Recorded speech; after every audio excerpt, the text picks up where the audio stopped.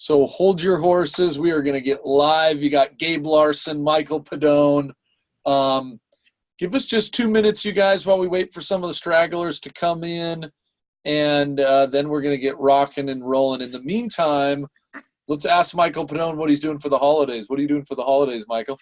I'm going to have family home. I got my daughter coming from Minnesota today. So my oldest daughter down here in Tampa. So we're going to have a nice time just hanging out down here in Tampa, Florida for a little bit. How about you guys? Yeah. The 60 degrees, 70 degree weather doesn't affect the holidays, I guess. Is that right? You still 60 degrees in Tampa is a cold front, my man. Well, know that in Salt Lake it's like 40, and we're planning on going skiing here in the next couple of days. So, dude, that sounds fun. I'll have a drink for you on the beach, and I'll be thinking of you. I love it. CO total activities. Did things kind of slow down for you, Michael, during does this time? I mean, for all? Hell no. No way, man. So the thing is that it's a funny you bring that up.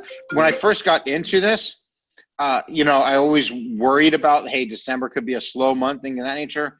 And what I did was I turned it into my advantage. I used two things. One, don't you want to get your team, starting off the new year right? Yep. By learning new things. And the other one too is I like to go ahead and say, listen, sometimes companies have money on the books that they got to get rid of for tax purposes or they lose it. And, it might make sense to do it now. So there's always, those come after the fact, though, right? Once you get them on the hook, right? So right. I use that. And the third thing is especially the way the holidays fall. I mean, the way the time frame of New Year's and Christmas is falling in the middle of the week kind of screws everything up, So I look at it like this is my end of month. Like this Friday is my end. So I plan on I got to amp everything up for the first 2 weeks. And it actually started it back in November, really building the pipeline, getting in and really amping up and pretending like this Friday is the end of the month. And so far so good, man. We're already at quota. Everything else on top of this is going to be above and beyond. And I couldn't be happier, except I told my one person, listen, we're going to have to raise quota next year because it was a little too easy this time. Interesting, man. Well, I'm glad to hear that things are going well. We got people jumping in. We're right at the top of the hour here, so maybe we can get started. I'm going to throw some slides up here in just a second. Give me 2 seconds here. Boom. I don't even know how to work these things. It's funny, I do this stuff all the time, and you still don't know how to make all these things work the way you'd like them to. But here we go. Let's see if this see if that works. There you go. All right, let's jump in, everybody. We're at the top of the hour. State of sales development. I'm going to share my screen because we got a couple things I want to show to you. Tell me if you're seeing that, Michael. Are you seeing my screen there? There you go. Yep. Awesome. All right, everybody. So we do want this to be as interactive as possible. I mean, you got Michael Pedone. He is the master of interactions. So if you can, put your name and where you're from in the chat box. Just so you can start using that because we'd like you to ask questions. Chat box right down there. There you go. Yep, Michael Pedone just did it. Yeah, I'm going to do that. There you go. Gabe Larsen coming from SLC. Dalton, welcome. There you go. Jeff Mitchell. Put my name in the chat box. There's always one. There's always one comedian in every group to liven things up. That made my day. Yeah, Cody coming from SLC. Jack from Toronto. There you go, guys. Hey, guys. Jesse, Lauren, Leslie, Michael, Eric. Oh, my goodness. All right. People are rolling on in here. Let's get cracking. Again, happy holidays, everybody. I wish we were talking about – well, no, we're talking about some fun stuff today. So either way, be safe during the holidays. We're going to be talking about the state of sales development. It's a study that Michael Pedone, myself, and a couple of others did. We want to dive into that, but before we do, I got to just show you something real quick. Michael and I also put on this. It was called the Sales Development Summit. It happened last week. Awesome. We had over 50 speakers. You can find it at you put that in the chat, www.salesdevelopmentsummit.com. Thought leaders, best practices all around sales development. Now, we highlighted this study and some initial findings. We're going to take you through some more today, but if you haven't checked that out, you should. With that, let's go ahead and introduce this, Michael. Again, we did a study called the State of Sales Development. Just about 400 companies participated, and we walked through how they're building their structure, how they're building their technology stack, how they're optimizing their pipeline and paying their people. Michael and I wanted to go through and share some of the findings with you, give you some of our commentary as you guys think about crushing your quota in 2019. So before we jump into that, Michael, can you take just a minute, tell us a little bit about yourself and what you do over there at SalesBuss? Yeah, it's real easy. I've been a straight commission sales rep for 25 years, inside sales. I have a very simple step-by-step process that shows sales reps how to basically hit their numbers, how to go and get people on the phone, overcome call reluctance. And I've been doing that for about the past 10 years, training everybody from individual sales reps all the way up to some of the Fortune 500 boys. And I love doing it. I love helping people, I know what it feels like to have the phone seem like a 25-pound weight. You don't want to pick it up anymore. And I have the exact formula to help people get through that and to where they don't feel that way anymore. So that's what we do. I love it. And he's wearing a sweater today because he says it's 65 in Tampa. Whatever. Not my problem, but I am just a little bit. Yeah, it's chilly down here, man. Let's jump into this, Michael, and we'll get some commentary. Let's start high level, and then, guys, we'll get a little more tactical. Couple kind of interesting concepts. Just as we start big picture, we're still tracking that there's about 5.7 million professional salespeople in North America. Sorry for some of those who are coming. We got Nazir coming from Saudi Arabia. This is focused specifically, this piece, on U.S. data. Of that 5.7, we believe 2.7 are inside sales reps. And then of that inside sales, you've got 677,000 sales development reps. Now, this is based on using census data and some of the data science people from InsideSales.com. Interestingly, when you look at that 677,000, it breaks down into two go-to-market models. One's becoming quite a bit more popular than the other. You've got a high-velocity model, which is typically connotated more with inbound, getting more inbound leads, kind of more of a spray-and-pray model. And that's a little more negative probably, but being more content-driven, trying to get people to come to you. Account-based is that outbound model. It's where you target accounts with you out there. Now, notice the difference from 27 to 2018. Slight decrease in high velocity and then an increase in that account-based motion. Is that surprising, Michael, that we're seeing more people go targeted outbound and maybe some companies going a little bit less on getting enough inbound to feed the teams? You listen, you lost me at 2.7 million inside sales reps. I'm doing the numbers. I'm like, I got to close every one of them for a certain amount of money to help train them. And I'm thinking about how much that's going to revenue that's going to generate. So you lost me at that point. No, I'm just kidding. The thing is I think that the things just with the account-based stuff and everything, what I see in sales is a word becomes really popular and people think it's new and they shift over to that. I think there's been a lot of people doing account-based selling for, that just, so it just wasn't popular. And now that it's like catching on, they could do it that way. So I'm not surprised at that at all. Interesting, guys. I'd love to hear your where you guys stand on this. Are you more of a high velocity, more of an inbound machine? You more of account based, or do you find yourself as more of a blend, which by the way, a lot of companies are. So a couple questions coming in there. Size of companies included in this study. Again, when we look at 400, of the almost 400 companies who participated, we had companies as small as 50 employees and companies as large as 10,000. So as you think about this, know that for the majority, this is the average, and you see different numbers by company size. If you are interested, hit me up on LinkedIn and I can go segment based on revenue, company size, etc. So I'll be covering the general averages in this study. But if you do want specific segmentations, we have it. I just don't have 4 hours to go into every one of them. Couple other people.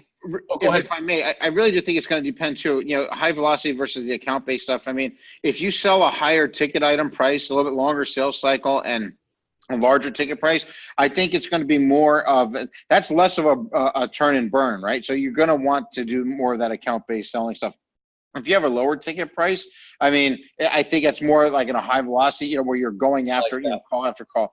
I think that's going to take into a factor as well. If you're selling $5 million deals, I mean, those aren't one call closes, right? And the chances are even if it's $100,000 deal, whatever, you're going to probably need a few more people involved. You're probably going to have a less of a pool of people to go after. So I would rather have a concentrated effort on maybe those 100 top leads and try to get everybody in, rather than if I sell a $5,000 product and I can go after 1,000, that's where I'm going to be doing the high velocity stuff, if that makes sense. Got it. Good.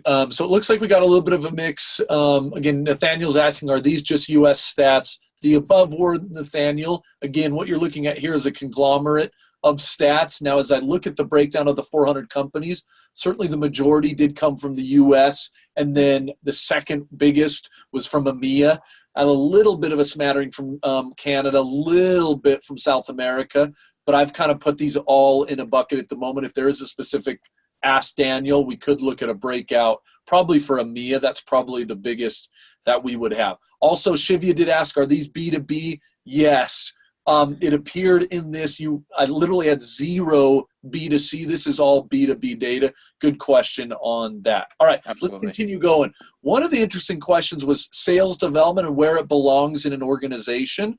The majority do belong in sales at the moment, marketing a little bit. We're seeing other continually moving just a little bit forward is sales operations, sometimes sales development is reporting to, as well as kind of its own function. We actually had in the other category a lot of people just saying, you know what, reports right up to the executive team, as does like the SVP of sales. Now, interestingly, and I'd be interested in your opinion on this one, Michael, it does appear that you'll have better quota attainment if your team reports into sales. Surprised about that, Michael, or why do you think that? No, because listen, they're two separate animals. I mean, marketing is more about, they want to generate the lead, and every marketing thinks every lead comes in is should be closed. And then you got the sales side, where they have to do the hard work and qualify this thing. So when I say hard work, I mean, marketing has a hard job in trying to attract the right people at the right time. But also marketing could be bringing that person in, even if timing's not right now, but then you nurture it. Where the salesperson, they're there to actually go ahead and make something happen now. And they're two different things. And I mean, it's like if you have two doctors, but one's a surgeon and one's a chiropractor or something like that. They're two separate animals. So I wouldn't want me personally, my team reporting to a marketing person. I would rather the marketing person report to me, say, this is the amount of leads that we brought in. And then the salesperson, our team reporting to me on, these are the ones we came in. These are the ones that we qualified. These are the opportunities that we get. Here's a potential revenue. I think there's truth to that, right? I mean, sales and marketing are going to look at it differently. Mm-hmm. I wasn't too surprised in this. Couple questions. One, I think you might have an opinion on. One, I'll just take real quick. Ernest, good question, guys. When I say a lead or inbound, I'm typically meaning somebody that marketing has generated, came in through a lead form. When I say a contact or outbound, again, that's someone who has never heard of you that you're going cold to. Great kind of clarification there, Ernest. Steve asked this question, Michael. He said, how do you recalibrate an inbound sales development team to move to a blended model? Is it even possible once they've become kind of order takers and they're just used to riding the gravy train? You got to build. You have to. If you blend it, and let me just make sure I understand the question. So we have some inbound leads coming, and we want them to close it. But we also, when in between the inbound leads, we want them to do cold call prospecting. Yes, that's right. That's right. That's the question. Here's the problem you're going to have with that. They're going to try to game the system because they don't want to be on the phone prospecting and miss an inbound call or miss an inbound lead, right? And they're going to try to put more of their effort. You're much better off breaking the team into having an inbound team that handles those and an outbound team, and you're going to be much better off doing it that way, in my opinion. Yeah, I mean, it is hard to to find that balance, because again, Stephen, as you try to recalibrate, you'll find, I call it the law of prioritization, or the law of something. I can't remember. It was a good word, but the long and short of it, is people are going to do what they do the best or easiest. If it's easiest just to respond to leads, they're going to focus more of their time on that versus going outbound where it's more difficult. It's a lot of specialization, by the way. Well, yeah, and the thing is this too. I mean, God bless you. If your marketing team is doing such a good job where you're having enough inbound leads come in, then by all means. The problem is most companies, that's not the case. It's like the gravy on top, and so you really need to make sure that you have a specialist. Now, if you want to be a manager and you got one guy or girl that's killing it on the outbound stuff, they're doing a really good job, and then every once in a while you want to throw them a bone of a hot lead just came in. My managers, when I was in sales, used to do that to me all the time, and that really helps get you over the. But see, I'm from a world where you had to prove yourself, like pick up the phone book, start closing deals, right? Total cold calling, close the deals. And then when you could prove yourself, when a hotbound lead came in, your manager would give it to you. So you know, that is kind of a reward system. But if you have them, you know, if they have a entitled to the inbound stuff when it comes already, then I think that you're going to hurt yourself on the outbound stuff. They're just going to sit and wait for the fresh stuff to come. Yeah, you got to watch that. Good luck with that, Stephen. Again, if you want to dive in more, again, please connect with us on LinkedIn. Michael and I always love to debate, discuss this. Let's continue on. Lauren, love the comment about working to sales and marketing. And David, I think you're right. We're talking about a slightly different version of marketing here. Let's talk systems for a minute. Sales tech is getting confusing, especially in the sales development space. We're tracking about 4.8, 4 to 5 tools per person on the sales development side. Interestingly, in this year's kind of research, a little bit of an emergence of what we're calling a foundational tech stack for sales development. Don't get me wrong, a lot of tools out there, but this is the second year in a row that these have been kind of your top 4 or 5 tool sets. CRM being obviously very dominant. Social, LinkedIn absolutely appears to be a necessity. Data, being able to find the right accounts or contacts with information like email and phone. Rather than using the phone book, you get a Discover org or a Zoom in there. And then this concept of cadence, and we've seen this slowly move forward. It used to be broken out into email and phone, and email is certainly more popular than phone. But this cadence concept of combining them into a tool set to be able to act on the data using a tool like InsideSales.com, that's one of the tools we actually provide. So it's nice to see that pop in there. This kind of being, again, the basics. There's certainly other things, appointment and texts and reminders, and we can go through it, calendaring. But second year in a row, these were the dominant 4 technologies. Interestingly, this is kind of what people are saying they want to as they move forward into 2019, where their mind is saying we probably need to focus on these. These are kind of the top 5.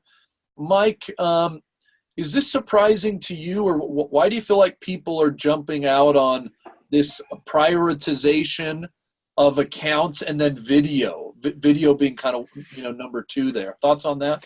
Yeah, well, I think the video is new, so anything that's going to be new and possibly get something that's going to have a spike, because in our world, I mean, we will try anything to make it better, stronger, faster, get better results, right? In the sales world, we're going to try a little bit of everything. So you're definitely going to see a pop there.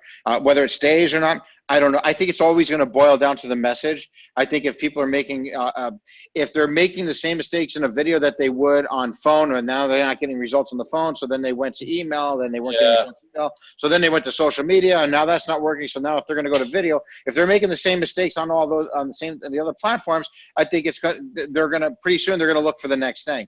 I think the ones that are doing well on phone, voicemail, email, social, they know who their audience is. They know how to present their message, or have that quick little pique their interest type scenario. And if they do that same thing in video, I think they're going to have wildly successful with it. I love it. The 2 themes that kind of pointed out to me here, and I'd like to ask the audience, as you think about tools, and you can name vendors, I'd prefer you kind of name categories like phone or lead scoring. What's the number 1 tool you can't live without? Is it social? Is it CRM? Is it cadence? Is it data? Is it coaching? what's the number one tool? Put it in the comments. I'd love to see that. But what I see is people talking about in 2019, I was trying to look for themes, Michael, and I kind of felt like being able to, again, prioritize who you're going after and then maybe personalize. One of the things with video people talk about is the ability to personalize. So I kind of thought those were maybe two themes that people are looking forward to. Let's see what people are kind of mentioning here. Now, I'm looking at the comments. It's pretty interesting what everybody's saying. Nobody said the one that I would have picked yet, but I want to see this keep going. This is interesting. Yeah, you guys think CRM is a must? Man, CRM. Judy just popped in there. And there's somebody else. Coaching. Yes.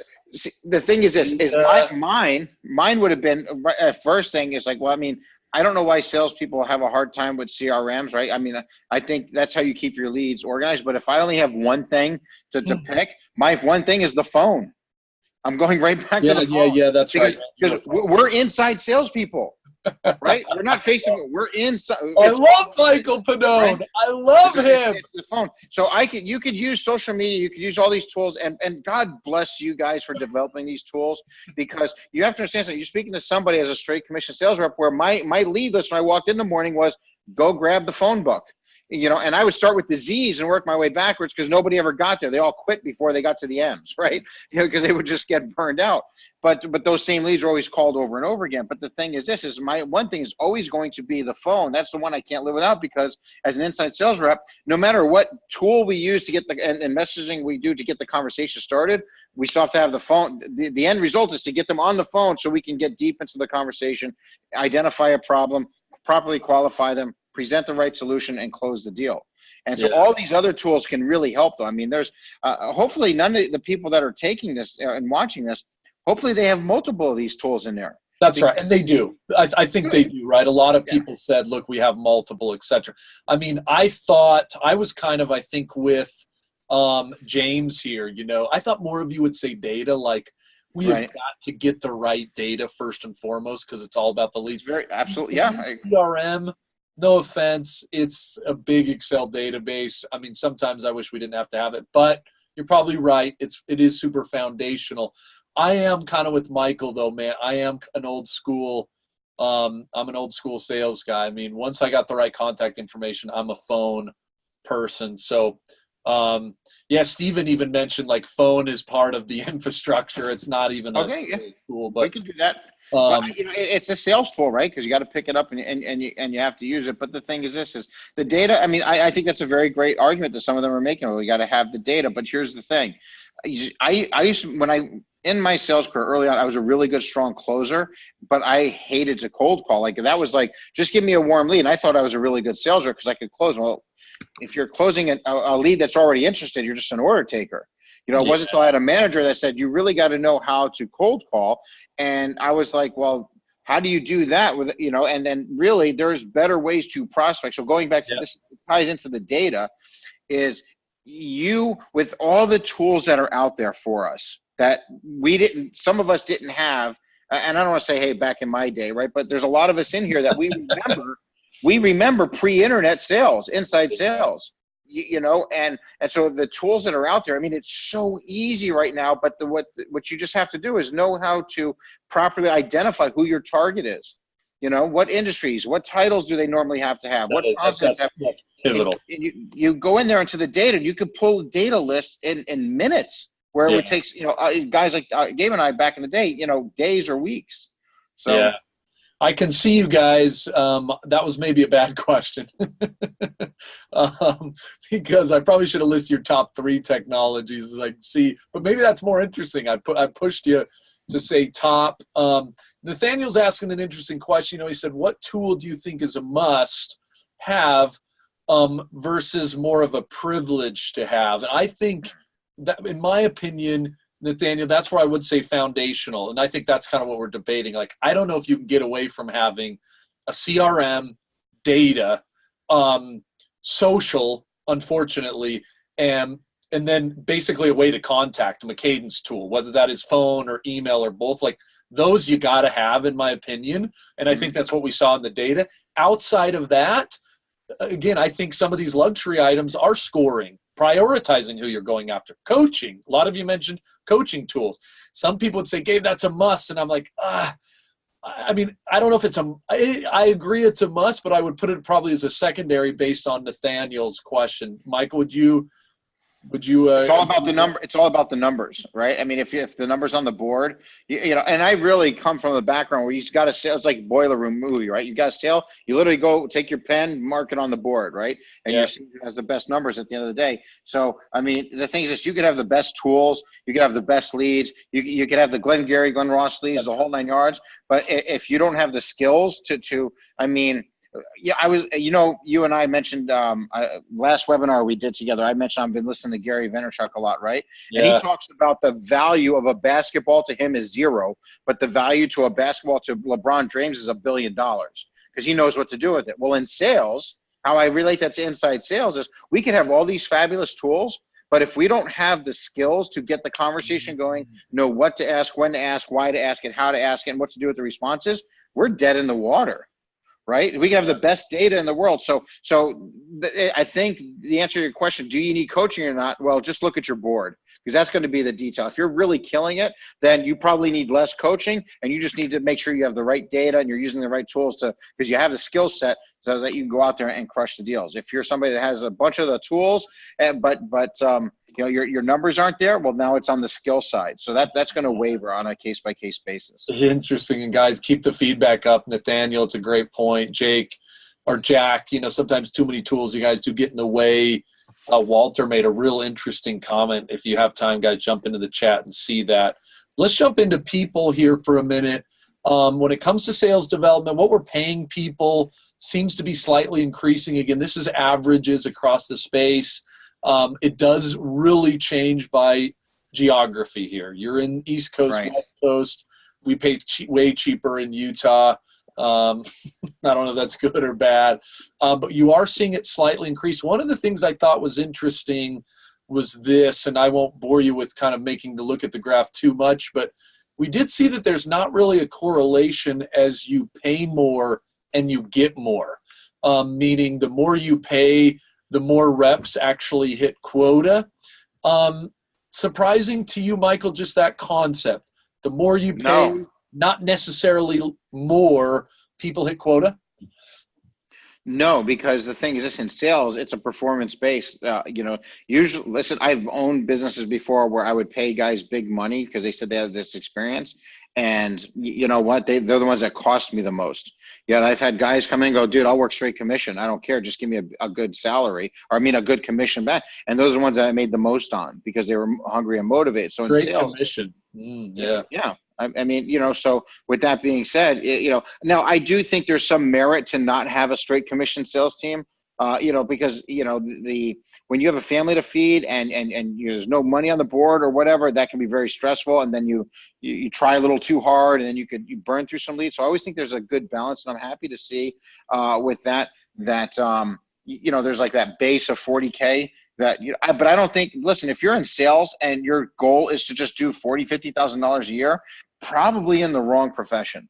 You know, I would want people that want to make that six figures and for whatever their own reason is, right? That doesn't mean that they're greedy or money hungry, but they have goals or motivated. But I do think that I'm glad to see those numbers are going up, but I'm not surprised that if you pay somebody a really big salary, but you don't get an ROI, I'm not surprised at that at all. Yeah, I'd like to, Taylor, I appreciate you chiming in here because Taylor said, hey, if you haven't, check out Dan Pink's, you know, surprising truth about what motivates us. And he says, you know, it's not, you know, pay enough to take the issue of money off the table. Autonomy, mastery, purpose, they all do play a role in having people hit big numbers. And so I think some of us may be surprised that others are, compensation isn't the only thing. If you want better performance, you might need to create a culture around it. It's not just dollars and cents. So let's keep going because, guys, this is probably the most interesting. That's kind of foundational, thinking about tech and structure. Getting into pipeline, this was kind of fun. Interesting. Rod just did write real quick and said, you know, what types of booking targets are we talking about? Rod, I did not include that. We have that in the data. I don't have that in the presentation. Hit me up after. Every company who filled out the survey did say what their quota was. It was a little different for each company, right? Some people focus more on ops. Some people focus more on this or that. But I don't have that in this deck right now. Sorry, Rod. Hit me up after. Let's dive into the prospecting pipeline. This was a high level, and this is an infographic we do want to get you after. I thought it might be fun to pin up or have for you. It just shows at a high level what the companies on average, it's different by type, different by size. This is the number of contacts they're using actively kind of in their pipeline. That seemed a little high to me. Activities, on average, it's 107 per day. And again, that includes all phone, all email, all social, all direct mailers, all text. That's all combined. That's translating to that many conversations, on average, this many appointments, down to opportunities. And we cut it off there, again, because most companies focusing on sales development, that they typically end around that opportunity 1, 2 stages. So that's at a high level, but I want to dive in, Michael, and look at a couple of these. Let's start at the top. Companies are reporting, Nick just jumped in and said, yeah, what does an activity mean? So activity, Nick, again, is right now we're tracking 7 types of activities. It's a phone call, a voicemail, a social touch, an email, a direct mailer, a chat, and text message. I'll show it to you here in just a minute, but it's those 7 types of activities is what we were including in that. Now, Mark did say, hey, how do these numbers change when you look at account segmentation? That's pretty, Mark, you'll have to hit me up differently, because if you're an inbound motion versus an outbound, or you're a high velocity versus account based, you see these numbers definitely change. High velocity typically does a little more activities. Account based typically does less. So we are looking at an aggregate. That's a great point. Dudley did say, is 578 SDR per month? What is that statistic? Dudley, I said that right. That's looking at the average number of contacts that an SDR believes they're managing kind of all in one. So you're seeing it right here. It's probably a good segue into this. And we believe we're looking at about 103 total accounts, in our prospecting pipeline. On average, companies are reporting that they're diving into those accounts and trying to get about 5 people. That's up from last year, by the way, whereas accounts are down. And then contacts, that's where that 578, Dudley, comes in. So you're looking at about 100 accounts, 5 people per account for about 570. And then all in all, people are doing about 19 minutes of research not per call, but per account, to see if they can get into that. Michael, surprised about these numbers, or does that seem about right to you? I mean, the research thing kills me. I mean, because do we really need that much research into an account? Does it really take that long? I mean, I think there's a lot of times that the sales rep could, if you build the list properly, what I mean by that is this, is if I know that I'm going to take a particular vertical, right? Yeah. So let's say I'm going to go after, I know that, first of all, every one of you should know that from the most, the top vertical all the way to the bottom of industries. So in other words, I just did this report the other day. I have 87 different industries I've done business with, but I know who my top 10 are. Yes. Like the people the companies that fall into computer software is my number 1. People that fall into marketing and advertising, number 2, right? It goes right down the list. So if I want to pull out a list of marketing, advertising, and companies that have 250 to 500 employees and in the United States, and now I want to pull a list of all the sales directors that match that, I'm good. That's all I need to do, because I know what my message is for those. I don't need to spend 19 minutes researching on that. So especially with the tools that we're talking about today, you can pull those accounts that match, and then with some of the other companies, those third-party tools you were mentioning yet, you could be able to pull in the contacts of those right then and there and see who it is, so you could start reaching out to them. Why does it take 19 minutes to do that when we have tools that can do it like this for us now? Yeah, that's still pretty long. Again, clarification, a question came in the Q&A. This is not per phone call, right? This is per research per account. Research, right. But still, to Michael's point, it seems like that may be a little bit shorter. I like the trend. It looks like people are maybe getting a little more focused, right? They're maybe targeting a little less accounts and then trying to go a little deeper, which that's part of that movement into account-based, I think. This was not probably too surprising. LinkedIn is the dominant research tool versus Facebook and Twitter. Most people find LinkedIn, that's why they want to use it. Number one reason is researching LinkedIn, but there are other things. Look at InMail was number 2. I thought that was kind of interesting at the bottom there. Video is jumping up. I mean, LinkedIn, it's such a powerful tool. Dang it, sometimes I hate it. But why? Why you sometimes hate it? Well, because they've got me wrapped. I mean, if they charge what are they up to now for navigator license? It's like $175 a person. It's like, okay, I guess I have to use it. You know, I mean, okay, fair enough. $500. Okay. So that's probably the hate, is that I just like my arms are tied. You know, usually you can go to a competitor and be like, hey, I'm using this and it's just as good. But with LinkedIn, it's like, okay, please just let me keep it. Fair enough. Not too surprising that this dominates. Let's go into some of these activities. I think this will be interesting. When we look at the total activities, we talked about this. Can we take a time out for a second, though? Because I see some comments in here. But we're talking, let's just go back for a second. I know the price is one thing, right? It was $100 and some odd a month to use it per person, right? But let's think about this. Somebody is saying, I use Google to do the research. You have to manually do that, though, right? One of the things about the LinkedIn tool is, first of all, I have mine that's connected with our CRM. Yep. When I pull my list up, first of all, how many of you here have made a phone call before, asked for somebody, and the secretary or the gatekeeper goes, that person hasn't worked here in 3 years, and now you feel like an idiot and you're exposed as a cold caller? Does that ever happen? Right? And so here's the thing. When you don't have to have that happen anymore, though. When you have like a LinkedIn with your CRM, before I pick up the phone, it pulls in their profile. I look to make sure that person has the right title, the person I want to reach out to, and I want to make sure that they're still there. Yep.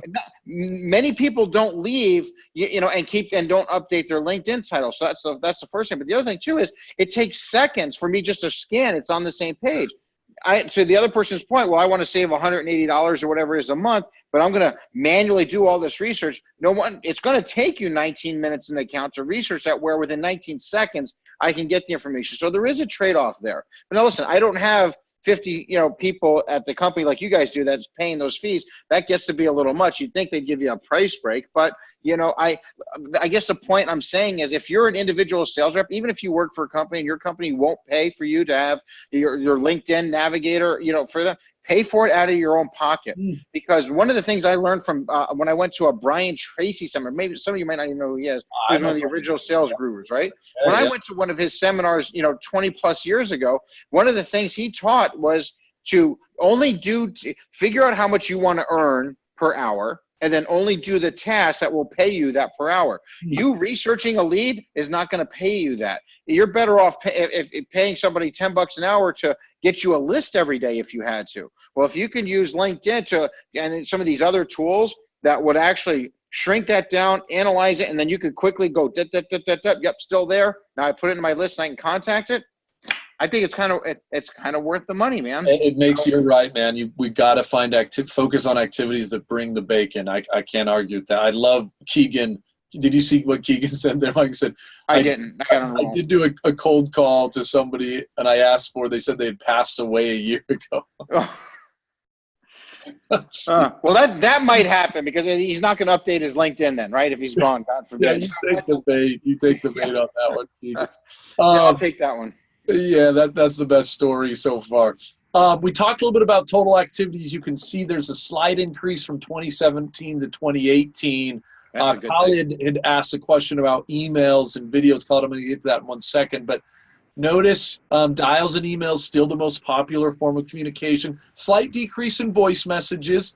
Social, interesting. A slight decrease here. Mailers becoming more popular. If you haven't heard of direct mailers in your CRM, ping me. This is a hot topic. These are daily, Stephanie. Good question. These are activities per person per day on average. Now, again, You got some high velocity people in here. You got some account base. And so depending, you'd see some differences. And then we did introduce chat. As we go a little bit further in this, and this is kind of Michael's specialty, so I was interested to get your opinion. We did want to break down kind of not just activities, but also cadence. And again, definition of cadence for me is a sequence of activities to increase contact and qualification. So these are literally the activities that people are using to get the conversation, to move it forward, not once it's an opportunity we're trying to get it to close. We say there's basically these 5 pillars you need to master in order to have a good cadence. Attempts, that's number of times you reach out. Media, which media types are using. Duration, how long should you go. Spacing, time between activities. And then content is the cherry. What do you actually say in the email and the voice message, etc.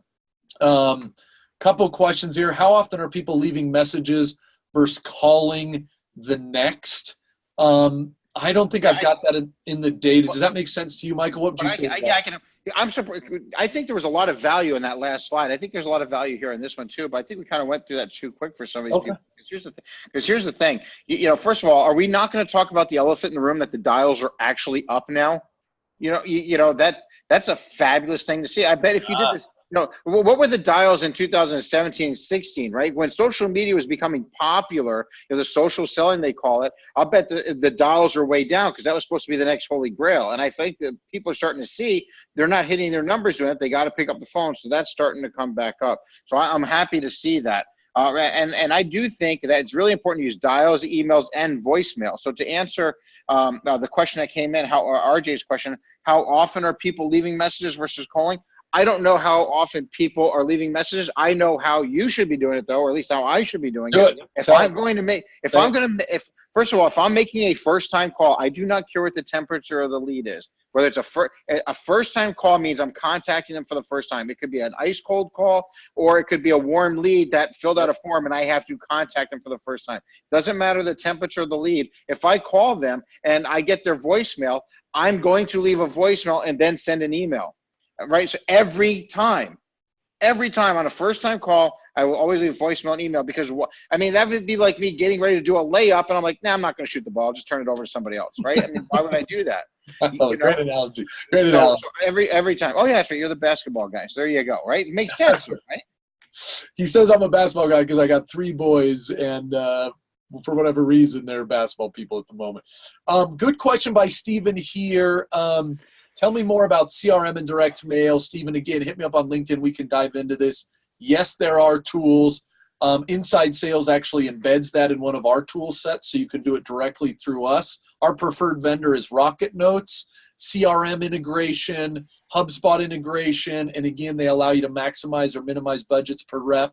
In addition to that is PFL, also a fan of those guys, but would love to dive into it because, man, if you're not using direct mail, I think it's an interesting thing for certain motions there. Couple other questions. There's an important one there. Yeah, do you recommend to do email blasts, or is that too outdated? Ooh, Michael, you take this one, man. So that thing came and went just as fast as it got here, right? I mean, because we all know Aaron Ross wrote that really popular book, Predictable Revenue, and he talked about how he started doing mass emails to get people in. But yeah, I think what people have to realize is that was in the beginning of Salesforce. That's like in the beginning of Google, right? That thing was going to grow no matter what. So it was like perfect timing. I don't think that works for I don't think that works for the most people, because what they do is that they just blast a bunch of people, their lead list with a spammy email, and they're expecting all these leads to come in, and it just doesn't work that way. If you're going to email, and I do believe that the company, somebody in the company should be emailing at least once a week in database, but it should be from a subject matter expert offering value. Yeah. This is a great way to drip market, to build value, to offer free advice that shows your prospects how to solve a problem and ask for nothing in return, and just drip that to them. Because once you do that, they get to know you, they get to like you, pretty soon they get to trust you, and then when you contact them, they're already familiar with you, you get the ball rolling, and you're good. But so you do that on a grand scale, but then when it's time to pick up the phone, you're laser focused on each one. I love that. So Mandy, excuse me. I'd agree with Michael on that. Look, when you get somebody and you've got a database of people who've opted into your content, emailing them, blasting them multiple times a week, absolutely. if you're going outbound cold to people, just a big audience, there's a conversation there, but I think you need to be careful. Because I've made that mistake before too. I mean, I'm not saying, hey, I'd never done it. I've tried it too before. I know the numbers don't work. And I've tried it knowing going in it wasn't going to work, but it's like, oh, maybe it would, and I'll get an easy sale. But you just end up burning your list and pissing a bunch of people off, more. Agreed. So guys, we had 2 people ask this. Clive just jumped in on videos and emails, and Khalid, I promised I would get to that as well. So I'm going to come back to this in just a minute.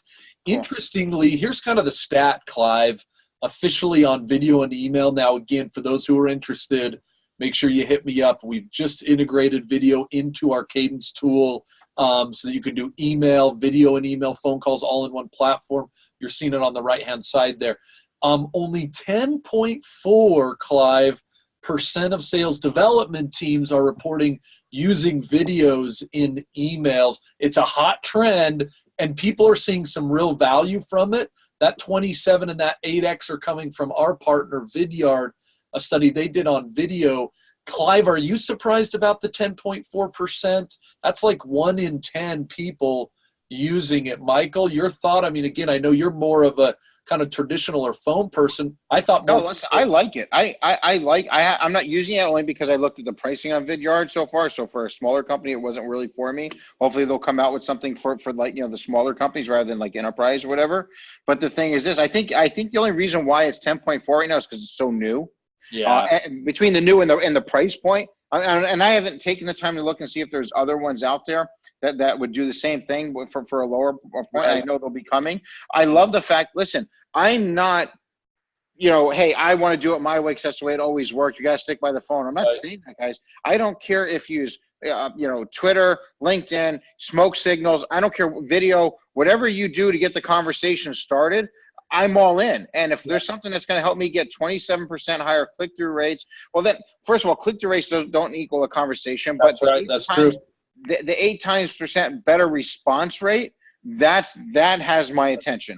And if there's something that I can do that, I'm just going to caution people that when you're doing that video stuff and you try it, just make sure if what you're saying on voicemail or when you get a prospect on the phone is not working for you, don't repeat that same strategy in video. I like that. Fix the real problem and then use phone, email, voice, tweets, LinkedIn, video with a better message. And now use all those tools out there and we're going to all start making more money. And I love it. How many in the audience, and I know we're going a little long on time, guys, and frankly, I don't really care. We're just going to keep going. It's the holiday, right? I mean, we've got a little extra time today. Usually I like to cut it off at 12:30, but if you got to go, you got to go. You can catch some of this a little bit later.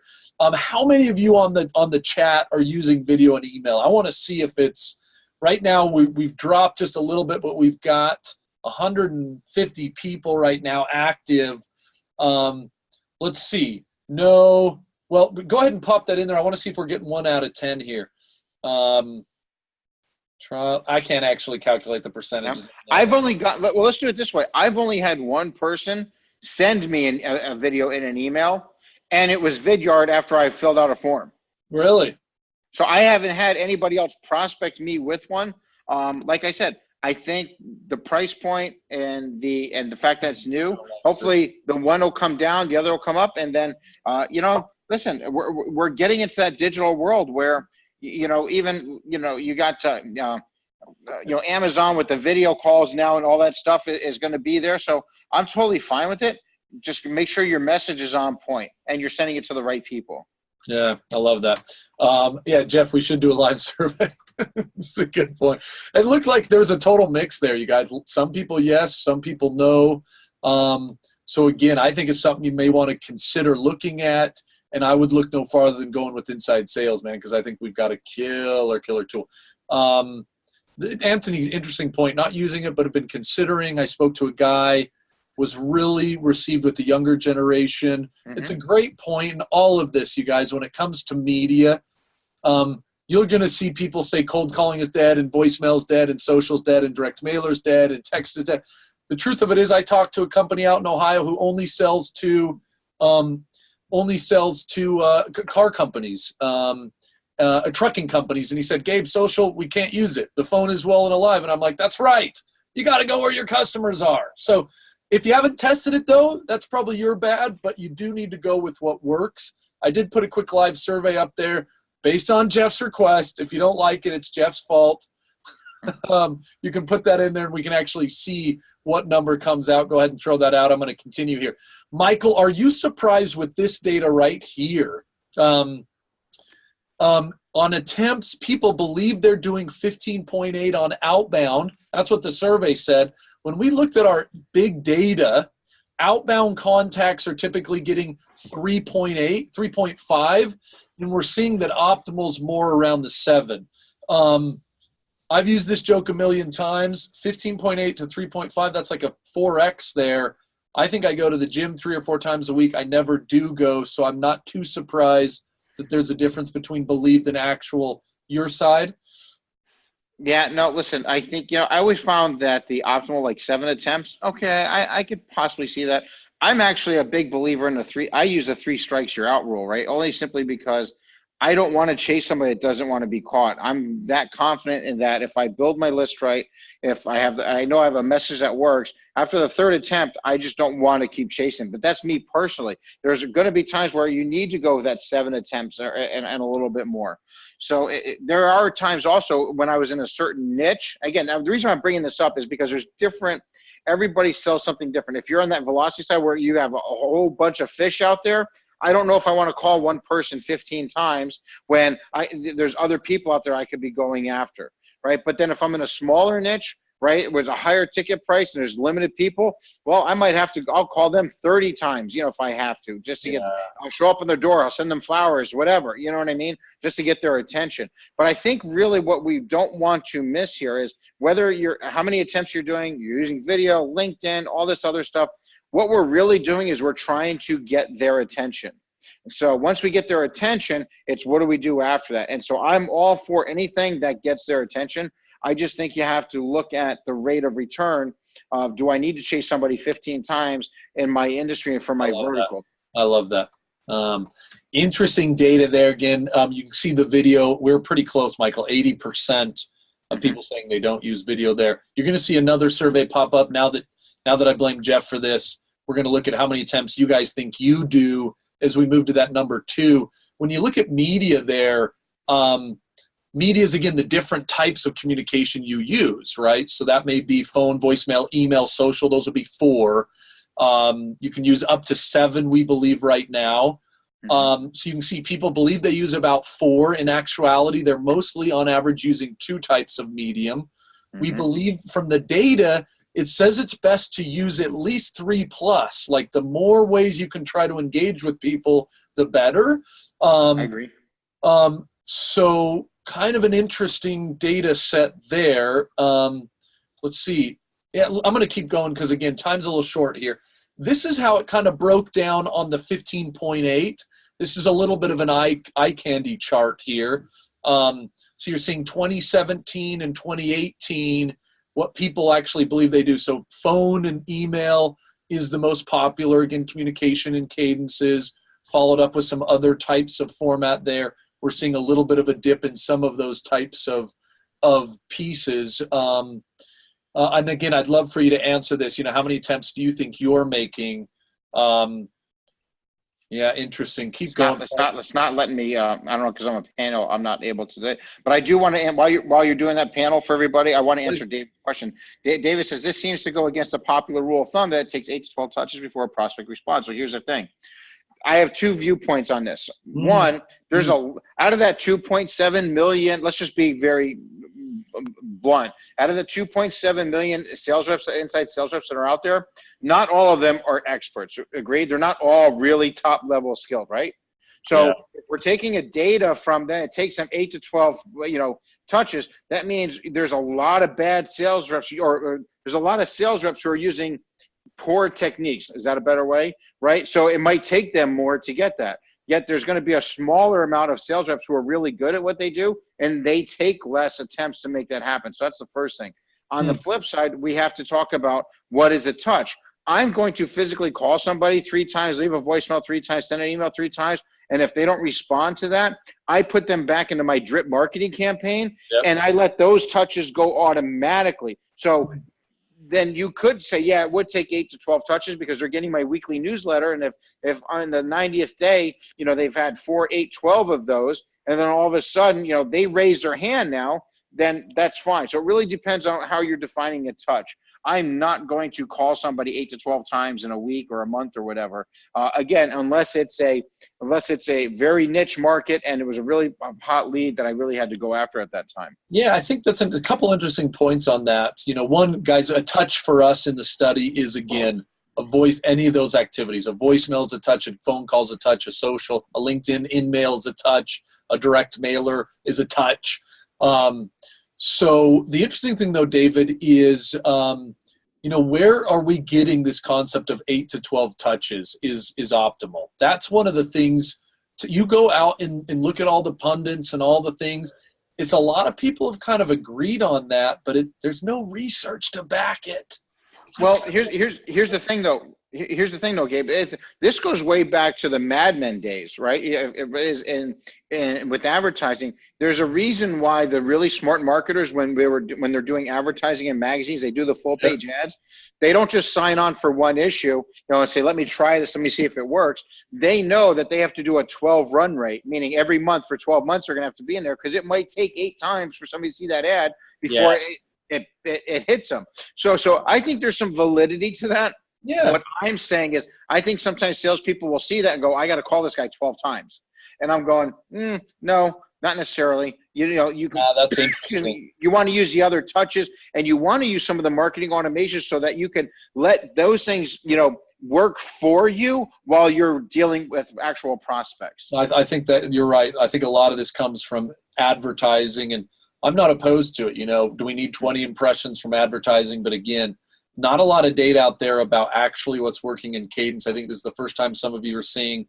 When we talk about actual, we're looking literally at millions of data points to see what is working, again, across industries rather than survey data, which I think most people are looking at. So that's probably one thing, David, that you're seeing a difference of. Because, again, people believe they're doing 15, but we see that they're really just not quite doing that. So that might be interesting. Okay.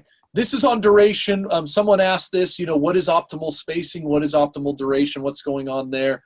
Again, survey data says here, people believe their cadences last about a month. In actuality, most cadences last about 24 days, so around a month. We see, to Michael's point, often, again, shorter, better. We see a lot of good data to support recycling. So if you're going to hit somebody, you hit them hard for a week. This is actually, a lot of this lines up with you, Michael. You hit them hard for a couple days, a week, week and a half, and then you let them sit for a month, and then you hit them again. Now, to us, that is actually 2 different cadences. That's not one cadence. You hit them once with something, you let them sit for a month, and then you hit them again. That's why maybe the data does play out like that. Spacing, a lot of people don't think about this. Time between activities, you can't wait 2 weeks between activities. We're instant gratification. You hit them again the next day. You do that again for a little bit of time and then recycle them back. I think that is really kind of an interesting point there. Let's continue on. I know we're kind of getting to the last piece here. There's so much more to talk about, you guys. I wish we had 10 hours to talk, but we should be now that we're getting close to the actual hour. I'm just going to breeze through a couple of these concepts. When we looked at qualification models, a lot of people don't even know what this is. When you get on the phone, how do you approach the phone call? Do you actually use a model like BANT where you talk about budget or try to identify authority? Do you dive deep into need? Do you dive into timing? So you got different models out there. One of the more popular others was one called MEDIC. If you'd like to learn more about this is kind of a popular thing in sales development, although it may not be that popular because 30% of people are saying they have no model. Whoa, come on. You got to stay here for a little bit. Oh, man, okay, fine. I was going to try to go faster, but go ahead. I mean, we could do a whole session. I mean, if we have to do this later, I know. We could I hate every one of these. Do you hate every one of these? I hate every one of these. And I hate you. Why. Okay, here's the reason why. As a sales rep, I work better when I can see things in a logical sequential order. Yeah. Right? And so when I see BANT, I think a lot of other sales reps, I don't know, maybe I've never done a study on this, but I think a lot of sales reps might have like ADD attention. They got to focus. Things have to be in order. right? And the problem with BANT is, especially if they're a new sales rep, they go, well, I got to find out their budget first, then their authority, then their need, then their time frame. And if they do it in that order, the order is screwed up. How are you going to get a prospect on the phone? The first thing you're going to talk about is budget. Yeah, that's crazy. I can't believe, I mean, I hate BANT. I can't believe people are even still using that term. I'm all for giving somebody a structure to have a conversation, but this concept of even mentioning BANT, just so everybody knows, literally this was invented in 1960. Exactly. By IBM. 1960, I mean, I don't even know. Are we using anything from 1960? Maybe a microwave. I mean, the other one, Annum, right? The other one, Annum, right? Authority, need, right? It starts down that page. Authority. How are you going to start off with qualifying them on the authority? First of all, let me ask you guys a question. Have you ever done the authority right up front and just, you want to find out if they're the decision maker, and you go, well, before we get started, let me ask this. Are you the person in charge of making decisions on this? The prospect says what? They say yes. You go, okay, great. I'm speaking to the decision maker. You go through the whole thing. You go through your presentation. You go for a close, and what do they say? Oh, I got to check with my partner. And now you're stuck, right? If that's ever happened to you before, it's because you skipped a step in the sales process. You cannot qualify their role by asking one question on the authority. It's actually a two-part question to really solidify it, and you can't ask it right up front. So this is why I don't like these things. So what's ironic, I'm going to share it just for people here. And like I said, we can do a whole section on this later if you want, Gabe. When I saw this slide deck, I'm like, I don't like any of these. I'm like, Gabe's going to ask me, what do I like? So I wrote my own. It's called PATH, P-A-T-H. It's real simple. It follows the process that a salesperson should. Once you get the prospect on the phone after your introduction, the P stands for problem recognition. If you cannot get the prospect to recognize a problem, there is no reason to hear your solution. There's no reason to continue on. So the first step is you're going to have to get problem recognition. Once we establish problem recognition, the natural human instinct for somebody once they recognize a problem is to do what?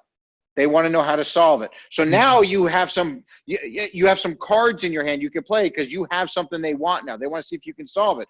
That means that I have a few seconds. Now I can actually, once they get problem recognition, I could identify their authority. I have the right to ask them, are they the right person for this? And once you do that, it's a two-part question. Then it would be like, well, if they are the right person, that means I have a green light to go to the next step. If they're not the right person, we stop at PA. There's no reason to go to the next step. But if I have the right person, I can go, well, let's assume for a second that you end up liking my solution that I'll tell you about here in a second. If you did like it, how soon would you like to get started or solve the problem, right? I'm clarifying the time frame. And then the H, I had to get creative.